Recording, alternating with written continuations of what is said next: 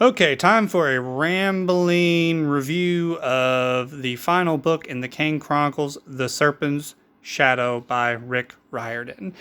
I will go ahead and say, just to make it very simple, if you have read the first two books, you might as well go ahead and read the third one because it has the answers for some of the, major overarching plots in the story.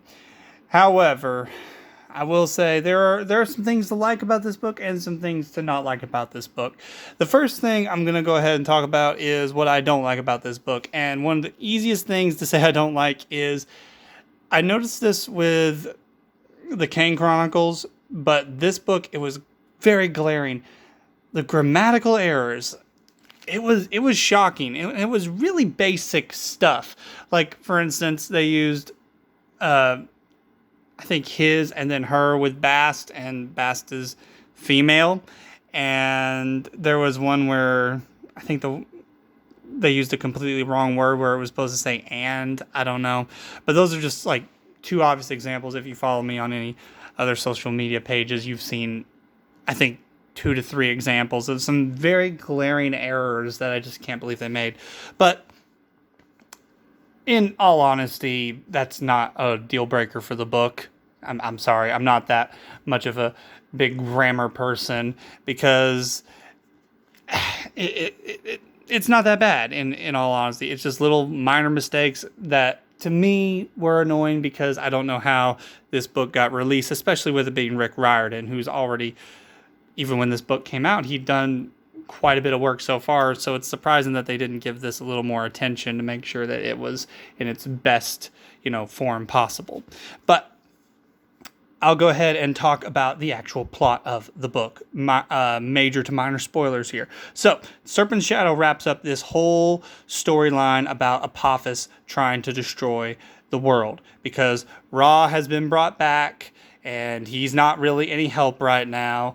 The Kanes know that Apophis is going to rise pretty soon, so they need to hurry up and get the lead out and beat him.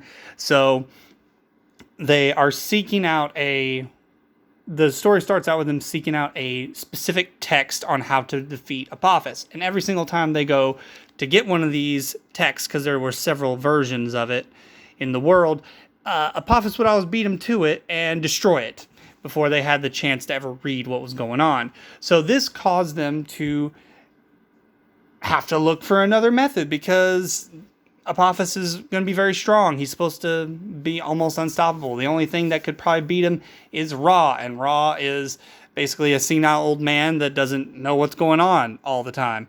But when the story is getting started, a guy, I think his name is Setney, he makes a very brief appearance. He kind of projects himself into the battle that takes place at the beginning of the story and basically lets Sadie know, hey, I can basically help y'all out, but you're going to come find me.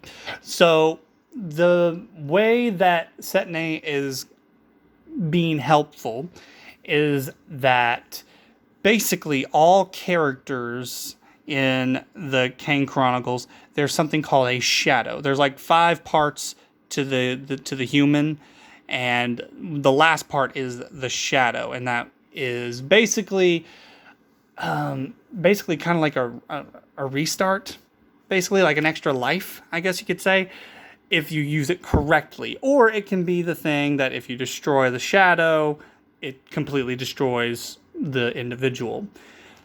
I hope I explained that correctly, but sorry, this is an off-the-cuff review. So, to make it as short as possible, that's what they realized they had to find, because if all creatures, all spirits, all gods have a shadow, surely Apophis does. So they have to find that. And their plan is to destroy the shadow and then therefore destroy Apophis forever. But there are a few hurdles in their way. The first one is finding the actual shadow, which causes them to have to go get Setney, because they find out that Setney is this horrible individual, this horrible magician who has been causing problems for thousands of years, and their dad, Osiris, is about to destroy him. So they have to go basically intervene on Setney's behalf, and obviously because the end of the world is getting very, very close. Osiris is basically like, okay, he's your responsibility. Try and make sure he doesn't escape. Spoilers here, Setne does escape. But not before the Kanes get everything they need to actually defeat Apophis.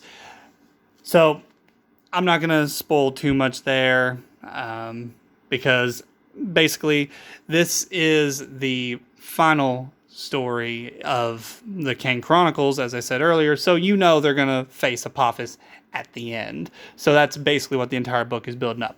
But there are some smaller storylines going on. Like, for instance, Bess.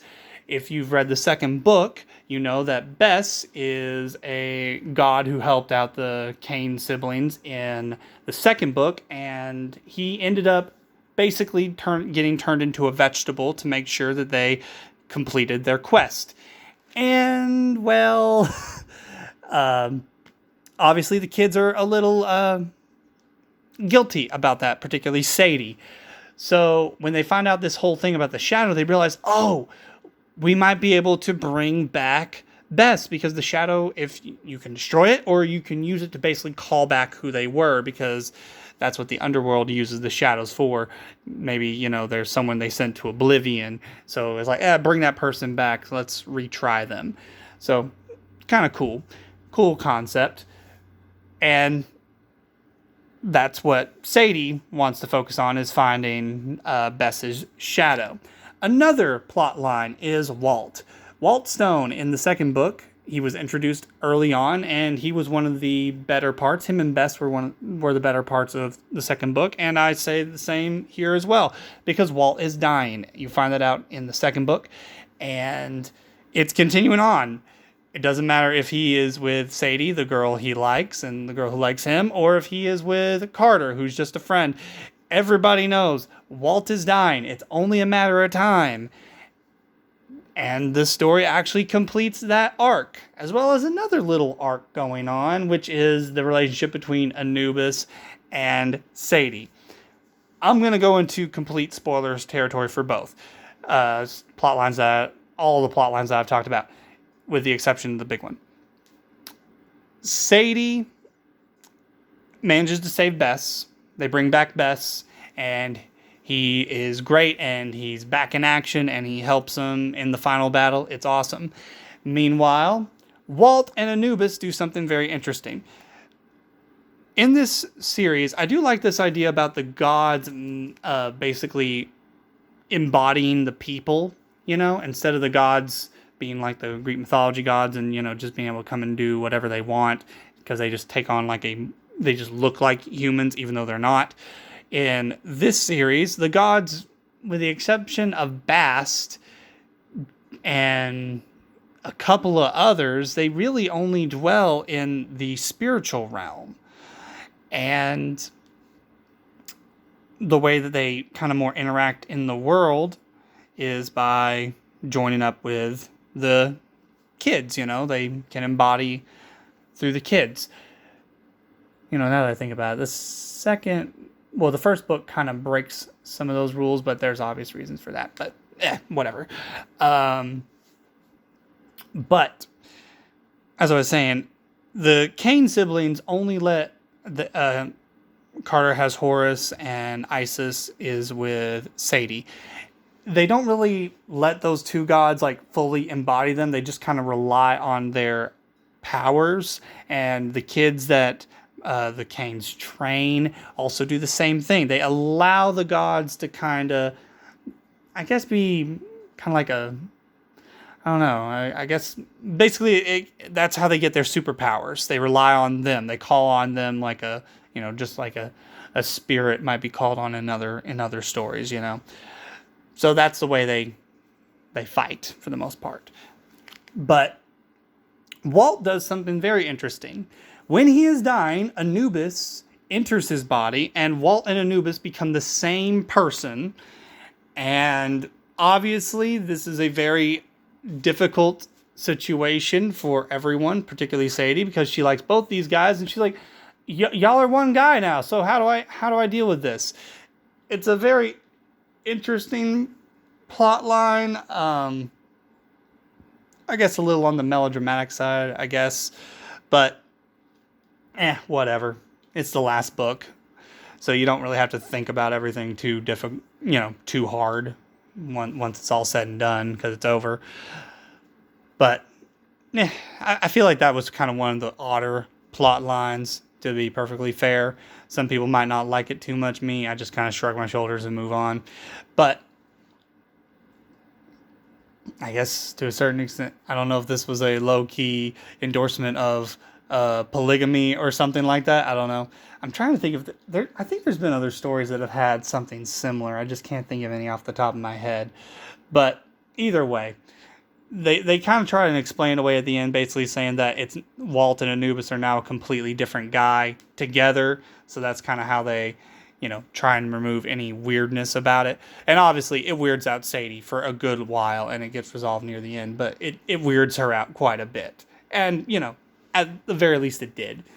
I really don't like it whenever a story will introduce some concept that should disturb somebody a little bit. Almost like if you're reading a story with a lot of magic, and then one of the main characters is using dark magic, and everyone just acts like, it's not that big a deal. It's like, this should be a big deal because they're using dark magic.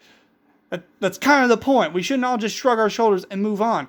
And speaking of dark magic, they kind of bring Amos's story full circle, because for those who've read the books, Amos had the god Set inside of him mentally in the first book, and that really left him very injured at the end, and he kind of had to go through some therapy to kind of basically get better.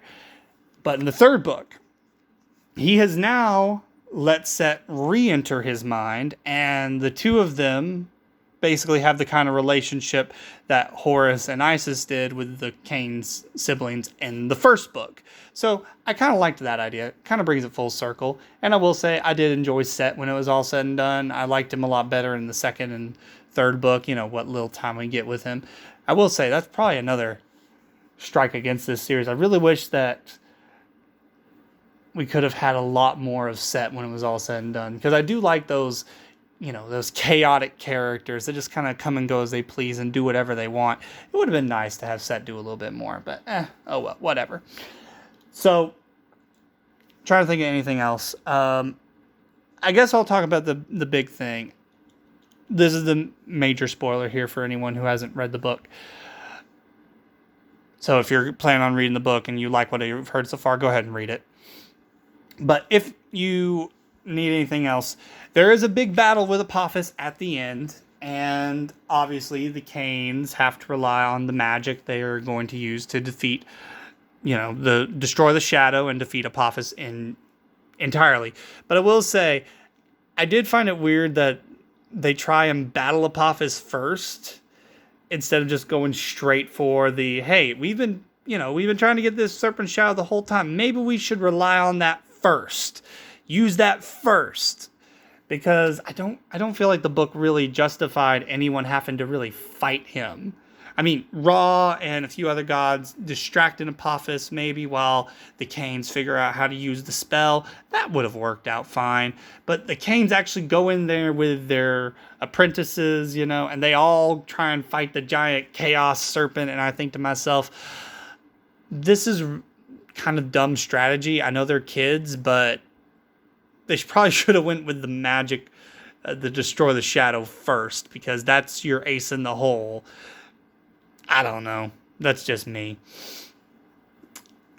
But either way, overall, I'll say this one is not as good as the second book. The second book was definitely my favorite. The first one to me is the weakest. The third one is better than the first. So if you've made it this far in the video, I'll say Serpent Shadow is a nice read. I don't think I'll ever read it again, but it's a nice read. And the Kane Chronicles, overall, I'll say it was a very interesting series. I might do a separate video talking about the whole series, but for now, I'll leave it at that. It's a very interesting series. I think it's worth reading one time. And yeah, I feel like that's all my thoughts right now. Thanks for watching, and you have a great day.